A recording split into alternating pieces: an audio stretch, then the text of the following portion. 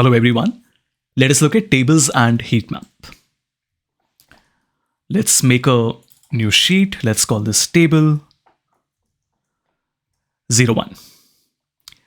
First, we want to make a basic table. So double click on market and then double click on the sales value. Super simple.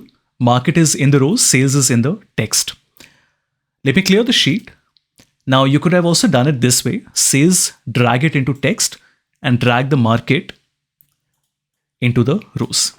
You get the same result. Now what is interesting is that if I also want to drag the profit, there are different ways I can do it. So if I keep it at the top or the bottom, it creates a bar chart like this. If I drag the profit on the left, it creates a column chart. I don't think either of these look good. And if I drag the profit on top like this, now it shows me one column for the profit, one for the sales. Also observe carefully, you get this measure names in the column, measure name in the filter. You get the measure values in the text label and the profit and sales in the values. So there's a lot happening. Let me do it one more time. If you either drag the profit on top of the sales value, or if you take the profit and double click on it. So the same effect will happen. If I double click, we get the same result. Or if I drag it on top, we get the same result. This is how Tableau works. And this is where it is important for you to understand that while Tableau is very easy, and especially when somebody looks at it, it seems it's very easy to work with, which it is. There is also a lot of depth to it. So it is not just about selecting profit and sales. The order and the way in which you select it, whether you double click or whether you drag, matters, right? As you can see here. So I'm going to make a new sheet. Let's call this table 2. And in this, I'll do the same thing.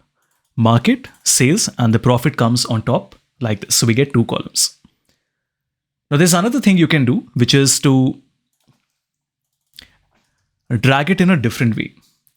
So rather than dragging the profit, let me first remove that. Rather than dragging the profit on top, if I drag the profit in the text, now you get a very different result. Now you notice it gives you the profit and sales one below the other. So it's a very compact view. Obviously, there's nothing right or wrong in this. It's about how you decide to present your own data. Let's make another table. You can, of course, have multiple levels in the table. For example, if I keep the market in the columns, I can keep my category in the rows and then my subcategory also in the rows. So you notice we now get two columns, which are two levels. To increase the column width, I can go to Format and select the cell size. These shortcuts are very simple. Control up, down, left, right. So control with the direction key allows you to increase the height and the width like this. So we get a basic table like this. Then of course you have lots of options. So for example, if I right click on any one category, you can see that I have an option called hide. So I can hide it, right? And now if I keep my category in the filters, right? And apply and OK.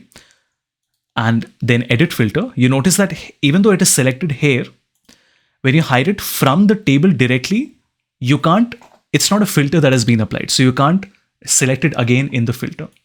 So when again right click, we will again have an option called hide and an option called show hidden data. So you will have to select that. So remember, the hiding is not quite the same thing as the filter that you're applying. Let's make a duplicate. We can also add subtotals and grand total. They don't come by default. So I can go to analysis and then select totals, row total, analysis, totals, and then column grand total. One more time, analysis, and then add all subtotals. Very simple. Just like an Excel pivot table, you can get the result like this. Let's duplicate. And for this one, I want to remove all the totals. So we will go to analysis, and one by one, I will remove the row and the column and the subtotals. I want to add some colors in it, right? So we can just drag the sales into the color. And now in addition to the number, you also get a color like this. If you want to modify the colors, you can also click on the color, go to edit colors, and you can modify the color. Either choose a single color, or you can also choose a palette, something like red, green, gold, diverging. Now the result looks very nice like this. You also get a legend on the right side that tells you that the numbers are ranging from 4880 till 558773. Now if I add on sales a filter, right click and show filter, I get the same filter, and now I can also filter it like this. So that's also a very nice way of presenting the data. In fact, there should be an option to go to totals, and let me check. Okay, there's an option in table layout to show empty rows and empty columns. I just want to select that. And now if I apply my slicer, you notice that even if the row is completely empty, it doesn't hide it, it still displays it. So it's a very small touch, but I hope you can see that this is a great way of presenting the data. Let's make one more copy. So right click and duplicate. I can now also do some calculations. But before I do that, let's first see how we can keep one number, but the color comes from something different, which means I'm not keeping the sales in the color. I'll just drag it outside to remove it. I'm going to keep my profit in the color. Now think about it. The actual sales is what is the number that you see here, which means that 550 is a higher number, 144 is a smaller number. But then why is the 144 in a yellow and here the 47 is in a blue? If you look carefully, in tables, my top line is very high. So I'm earning a top line of 144,000, but my profit is minus 12, which means I'm incurring a loss of 12,000. So this is a very nice way to show two things at the same time, right? I'm able to show the actual number and a second variable that would determine the color like this. Let's duplicate one more time. I'm going to remove the profit from the color and let's keep the sales in the color. Now I want to change this in show me to the heat map. Now heat maps and color scales are usually interchangeable. Like in Excel, we call it a color scale. Here we call it a heat map. So I'm going to select the heat map. Now it doesn't look good, but let's fix that. Let's increase the column width. And we have the sales in the size. I'll also keep the sales in the label. So we get the label as well, like this. And I also want to keep the sales in the color. So the result comes like this. Again, there's nothing right or wrong about it. It's about how you decide to present your data. Obviously, I can also change the marks from automatic to a shape, and I can change the shape from a rectangle to a circle or something different like this. As a matter of fact, you can even add your own custom shapes. I won't be covering this in this self-paced course, but I have a video on YouTube where I teach how to do that. In fact, once you get the color and the size, I can also remove the sales from the label. So my result looks like this. Like I said, there are a lot of creative ways in which you can present the data. So exploring and experimenting is really important. Let's increase the size a little bit like this. Let us create a duplicate sheet. Let's call this table 09. I want to start from scratch. So I want to double click on subcategory and then on sales. And now let's look at some calculations. So the sales currently is the sum of sales. That's the default aggregation. I can obviously change that to the average, median, count, etc. I can also select quick table calculations and I can change it to running total, rank, percentile, moving average. Moving average, of course, will be relevant more for the line and the area chart. So if I select the running total, I get something like this.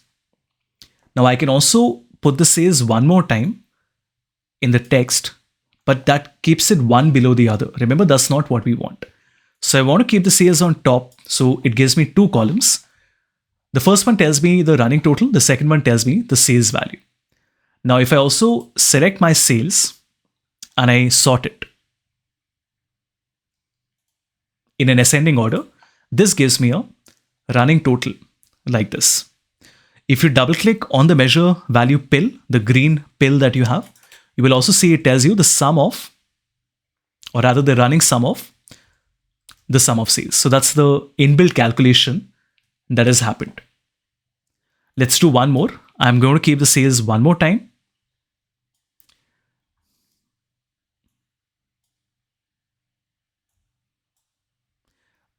Just a moment. I'm not sure why it is not allowing you to keep it one more time. Let me check once.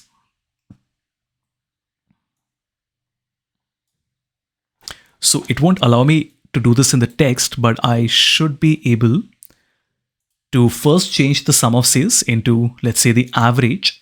Then I keep my sales one more time. So that gives me the sum of sales. And we already have the sum and the running sum, everyone. Now the average we want to change into a difference, which means when I find the difference, it tells me the difference. But the question is, this is on the basis of what? Right now, it is on the basis of the average sales. I don't want that. So I will change it to my sum.